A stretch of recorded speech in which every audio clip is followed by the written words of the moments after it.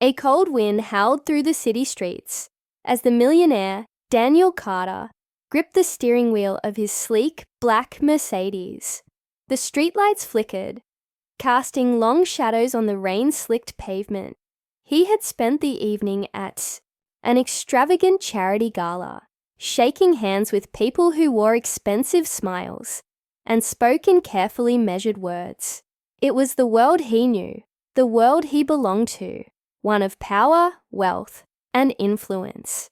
But tonight, something felt different. A strange restlessness stirred in his chest, an unease he couldn't quite place. As he turned onto a quieter road, his eyes landed on a hunched figure sitting near a bus stop. The man looked frail, wrapped in layers of tattered clothing, his hands cupped around a small candle, as if trying to hold on to its warmth. The sight was common in the city, but for some reason, Daniel felt compelled to slow down. He never did things like this, never stopped, never looked too closely at the people he passed. Yet, before he could think twice, he rolled down the window. "Do you need a ride somewhere?" His own voice surprised him. The man looked up, his face gaunt, but his eyes alive with something unreadable. He smiled, a slow, knowing smile. "Yes," he said softly. "If you don't mind. Could you take me to the cemetery?" Daniel hesitated. The request was unusual. Most people ask for a few dollars, a meal, or a place to sleep. But this man wanted a ride to a cemetery. There was something eerie about it, yet something in the old man's eyes kept Daniel from driving away. Against his better judgment, he reached over and unlocked the door. The beggar stepped inside, carrying the faint scent of damp earth and old clothes. He settled into the seat and let out a small sigh of relief. "Thank you," he murmured. Daniel pulled back onto the road, sneaking. Glances at his passenger. The man's hands were rough, his nails cracked, his clothes barely holding together, but his posture was straight, his voice calm. He didn't fidget like most people in distress. Instead, he sat there as if he belonged, as if he had all the time in the world. Curiosity gnawed at Daniel. "Why the cemetery?" he finally asked. The beggar smiled again, this time with a hint of amusement. "Because it's where I need to be tonight." Daniel frowned, gripping the wheel a little tighter. "You have family there?" "Of sorts," the man replied vaguely. Silence settled between them, stretching across the minutes as the car glided through the empty streets. The city lights gave way to darker roads, lined with towering trees. The cemetery loomed ahead, its iron gates slightly ajar, creaking as the wind passed through. Daniel slowed the car, hesitating. "Are you sure about this?" The beggar turned his head, his gaze meeting Daniel's. "You didn't have to stop for me tonight," he said. "But you did. And because of that, you're about to see something you were never meant to see." A chill ran down Daniel's spine. He should have told the man to get out. He should have driven away. But something, some invisible force, kept him rooted to the spot, his hands trembling slightly on the steering wheel. The beggar reached for the door handle and stepped out, his feet crunching against the gravel path leading into the cemetery. Then he turned back to Daniel and said, "Come with me." Daniel didn't move at first. His instincts screamed at him to leave. But his feet, almost as if guided by something beyond his control, pushed open the car door. The night air was sharp against his skin as he followed the beggar through the rusting gates, the world around him growing impossibly quiet. Somewhere in the distance, a clock chimed midnight, and in that moment, Daniel knew this was no ordinary ride, and this was no ordinary man. Daniel followed the beggar through the cemetery gates, his breath unsteady. The air inside felt colder, heavier, as if the very ground held memories too, old to be forgotten. The trees stretched high above them, their bare branches twisting against the dark sky. A thin layer of mist curled around the gravestones, making them appear like silent watchers in the night. The beggar walked with purpose, his steps steady, as if he had made this journey countless times before. Daniel hesitated, glancing back at his car, the only familiar thing in this unsettling place. But curiosity overpowered his unease, pulling him forward. "You never told me your name," Daniel said, trying to keep his voice casual. The beggar didn't turn around. Names are only important when someone remembers them. Daniel frowned at the strange response. "Then what do people call you?" The man finally stopped in front of an old gravestone, running his fingers over the weathered inscription. "They don't," he said simply. Daniel stepped closer, squinting at the name on the stone. The letters were faded, but he could still make them out, and when he did, his heart slammed against his ribs. It was his own last name, Carter. His pulse pounded in his ears as he stared at the stone, trying to make sense of it. The first name was too worn to read, but the surname was clear. He swallowed hard. "Is this someone from my family?" His voice barely rose above a whisper. The beggar turned, finally meeting his gaze. His eyes were dark, unreadable. "Perhaps," he said. "Perhaps not." A sudden gust of wind rushed through the cemetery, sending a chill through Daniel's spine. The trees groaned, and the mist swirled around them like unseen hands reaching out. He shivered and stepped back. "This is ridiculous," he muttered. "I don't know why I followed you here." The beggar tilted his head slightly. "Because you needed to." Daniel's frustration flared. "Needed to? For what? Some cryptic nonsense about a grave with my last name. I shouldn't have stopped for you. I should have kept driving." The beggar sighed, his expression unreadable. "If you had, you would have never known the truth."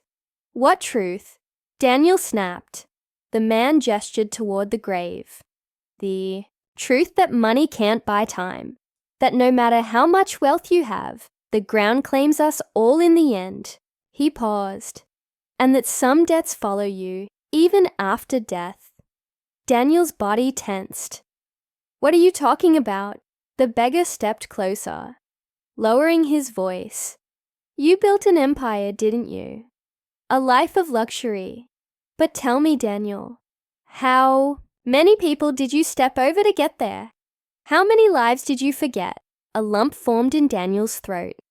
"That's business. That's how the world works." The beggar gave a small, sad smile. "That's what you tell yourself." The wind picked up again, and Daniel suddenly felt an overwhelming sense of unease. He looked at the gravestone once more, his mind racing. There was something about this place, about this man, something he didn't want to understand, but couldn't ignore. His voice was quieter when he spoke next. "Who are you?" The beggar watched him for a long moment before finally answering. "Someone who remembers." Daniel's breath caught. His mind flashed with memories, faces he hadn't thought about in years, voices long buried beneath his success, deals made at the expense of others, promises broken, hands he had once shaken, only to leave them behind when they no longer served him. A cold dread settled in his chest. "Why did you ask me to bring you here?" His voice was barely above a whisper. The beggar knelt down, brushing away the dirt near the grave. And when he stood up, Daniel saw it. Another name, etched in stone. This time the letters were clear, and he knew it. The breath rushed from his lungs. His hands turned ice cold. It was someone he had wronged, someone he had forgotten, someone whose life had unraveled because of him. The beggar's voice was gentle but firm. "You remember now." Daniel's heart pounded in his chest. He stumbled back, his mind screaming at him to run, but his legs felt heavy, his body frozen in place. The cemetery was no longer just a place of the dead. It was a place of reckoning, and he wasn't sure if he was meant to leave. Daniel stood frozen, his eyes locked on the name carved into the cold stone. His breath came in short, uneven gasps as the weight of recognition pressed down on him. The name belonged to a man he had once known, a man whose downfall had been tied to his own rise. Michael Turner, a name he hadn't spoken in years, a face buried in the past. They had started together in business, partners chasing success with relentless ambition. But when Daniel saw an opportunity to get ahead, he had taken it, leaving Michael behind to struggle with the consequences. The betrayal had been quiet, easy to justify at the time. Just another deal, another decision. He hadn't thought about Michael since, until now. His throat tightened. He's buried here? The beggar, still kneeling by the grave, nodded slowly. He had nowhere else to go. Guilt coiled in Daniel's stomach. He had told himself long ago that business wasn't personal, that survival meant making hard choices. But standing here, in front of this grave, those justifications felt hollow. He turned to the beggar, his voice unsteady. "Who are you?" The man stood, brushing dirt from his worn hands. His eyes, deep and knowing, seemed to see right through Daniel. "I told you," he said. "Someone who remembers." The wind howled through the trees, rattling the cemetery gates. Daniel's mind raced. None of this made sense. And yet, somehow it all did. The beggar stepped closer, his voice quieter now. "Michael didn't hate you, Daniel. Even at the end, he believed you would come back, that you would make things right." Daniel swallowed hard. "I didn't know. You didn't want to know." The beggar corrected. "You moved forward, left him behind. But time doesn't forget, and neither do the choices we make." Daniel felt something crack inside him. He had spent his whole life chasing success, proving himself, climbing higher and higher. But what had he lost along the way? How many people had he left behind? Their stories unfinished, their voices silenced. Turned back to the grave, his hands clenched into fists. "What do I do now?" The beggar gave a small, almost sad smile. "That's up to you." Daniel exhaled shakily. The cemetery felt different now, less eerie, more solemn. He reached into his coat pocket and pulled out his wallet, fingers brushing over the thick stack of bills inside. Money, power, everything he had built. And yet, none of it could change what had already happened. Slowly, he knelt down and placed the wallet at the base of the gravestone, a gesture that felt small but necessary, not as payment, not as redemption, but as a symbol that he was finally acknowledging what he had done. The beggar watched in silence. Daniel stood up, his heart heavy but steady. "I don't know if I can fix everything." The beggar nodded. "Maybe not, but you can start by remembering." Daniel turned to him one last time, ready to ask something else.